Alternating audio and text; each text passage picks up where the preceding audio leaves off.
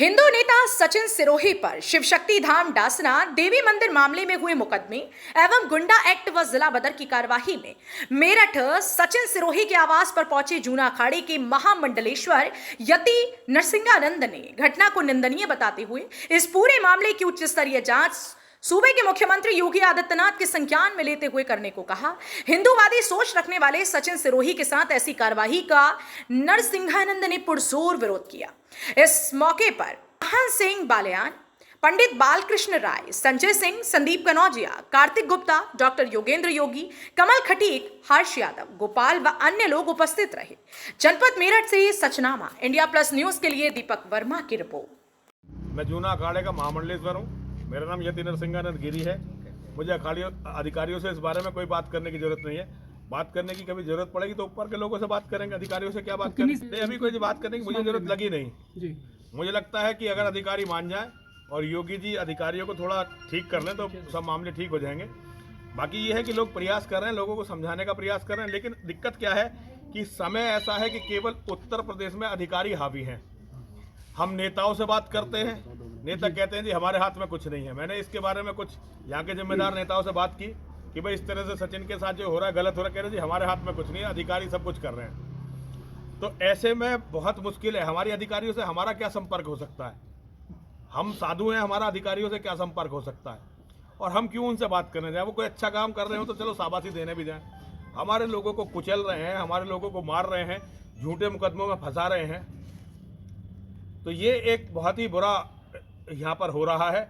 न्याय मांगने के लिए जो जा रहे, देखिए अभी एक सचिन, अभी आपने खजूरी गांव में देखा होगा, दीपक त्यागी की हत्या हुई। जिसके घर में 6 दिन तक दीपक त्यागी का सिर फ्रिज में रखा रहा, उस पर कोई कार्रवाई अधिकारियों ने नहीं की। जिन लोगों ने उस बेचारे के लिए न्याय मांगा उन पर सब पर मुकदमे दर्ज हुए हैं। तो ऐसे में क्या, किससे क्या उम्मीद करें और किससे क्या बात करें?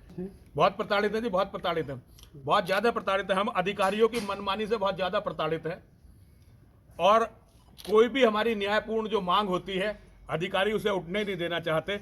यह बहुत ही दुखद है। इसीलिए मैं सचिन का दर्द समझ के यहाँ आया हूँ। मुझे पता है कि अधिकारी क्या कर रहे हैं।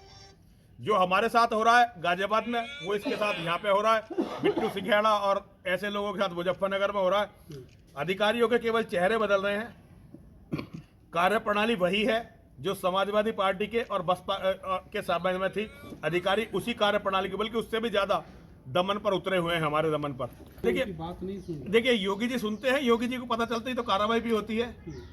योगी जी पर को जब पता चलती है तो हमारे ऊपर एक अधिकारी गुंडा एक्ट लगा रहा था, योगी जी को जब पता चली तो उसे सस्पेंड भी किया गया, उसका ट्रांसफर भी किया गया। तो होता है, लेकिन हर बात के लिए योगी जी तक ही लेके जाएं। अब ऐसे कैसे चलेगा? इस सिस्टम में कुछ बदलाव होना चाहिए। और ये मेरा आप लोगों के माध्यम से योगी जी से ही निवेदन है। हम योगी जी का बहुत सम्मान करते हैं, हम योगी जी के समर्थक हैं, योगी जी को हम अपना अगुवा मानते हैं, अपना नेता मानते हैं। और हम ये मानते हैं कि एक संत के हाथ में जो सत्ता है तो अन्याय नहीं होगा। लेकिन जो बीच के लोग योगी जी को बदनाम करने का ये प्रयास कर रहे हैं, बहुत निंदनीय है। ऐसे में अगर संघर्ष होता है तो नरसिंहानंद हमेशा कार्यकर्ताओं अपने साथियों के साथ खड़ा होगा। मैं तो सचिन के साथ रहूंगा, हर संघर्ष में सचिन के साथ रहूंगा। और मेरा ये निवेदन है यहाँ के पुलिस और प्रशासनिक अधिकारियों से, न्याय करिए।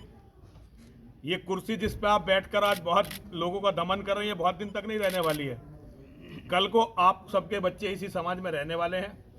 अगर इस समाज को आप हमास का समर्थक बना के छोड़ देंगे तो कल को जो हमास ने इजराइल में 1-1 साल के बच्चों के साथ किया, गर्दनें काटी और फुटबॉल खेली, मरी हुई औरतों के साथ बलात्कार किया, लोगों के कलेजे जिंदा लोगों के कलेजे निकाल कर खुद ही वीडियो बनाए, वीडियो किसी और ने नहीं बनाए, छोटे छोटे बच्चों को ओवन में रख दिया।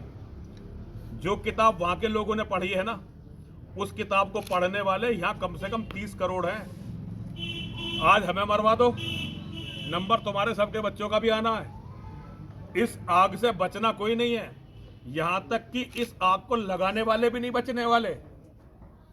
तो मेरा अनुरोध अधिकारियों से भी है, जैसा समाजी अधिकारी बना देंगे कल को इनके बच्चों को उसी समाज में रहना है। ये तो आप योगी जी से पूछ रहे भाई, मैं बहुत छोटा आदमी हूँ इस बात के लिए।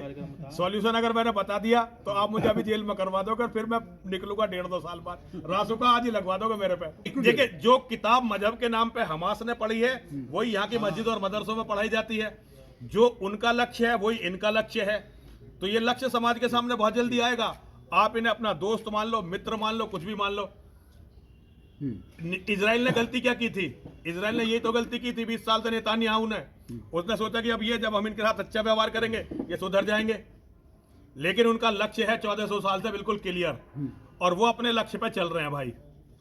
और एक दिन इस धरती पे वो किसी को भी नहीं छोड़े, खुद भी बचने वाले नहीं है भाई। लक्ष्य है पूरी दुनिया को काफिरों से विहीन करना। जो मोहम्मद दे के गया लक्ष्य, वो उनका लक्ष्य है, उस लक्ष्य पे वो चल रहे हैं भाई। इसमें कोई नई बात तो है नहीं। भारत देश एकता की मिसाल न कभी था न कभी होगा। भारत में जहां मुसलमानों की आबादी बढ़ती रही वही हिस्सा टूट गया। काय की एकता है? जहां हिंदू है वहां एकता, और जहां ये ज्यादा हो गए वहां सबको मार के पका के खाते हैं। तो ये काय की एकता है भाई? पाकिस्तान का आप रोज अखबार, पाकिस्तान भारत नहीं था क्या 75 साल पहले? वो भी तो भारत ही था, वो भी तो एकता की उदाहरण था। लेकिन वहां क्या हुआ? आज एक भी हिंदू की बेटी अगर सड़क पर चल सकती हो तो बता दो। आज से कितने दिन पहले बांग्लादेश एकता की मिसाल नहीं था? ये सब एकता की मिसाल थी। अफगानिस्तान हमारा था, ईरान हमारा, सब कुछ हमारा ही था। तब भी वहां ऐसी बातें होती थी। जो होना चाहिए तो बड़े लोग बताएंगे, मैं उसके लिए बहुत छोटा हूँ। समाज में सब है, समाज में हिंदू भी है, मुसलमान भी हैं। जो दूसरों का घर जलाते हैं, घर उनके भी नहीं बचते। तो भैया आप जो भी हो, आपकी भी जिम्मेदारी उतनी है जितनी जिम्मेदारी मेरी है। अगर लोग चैन से रहना चाहते हैं तो हर आदमी की जिम्मेदारी उतनी है। और अगर चैन से नहीं रहना चाहते तो भैया अपनी अपनी किताब उठाओ और लड़ो। क्या करा जा सकता है मालियान साहब?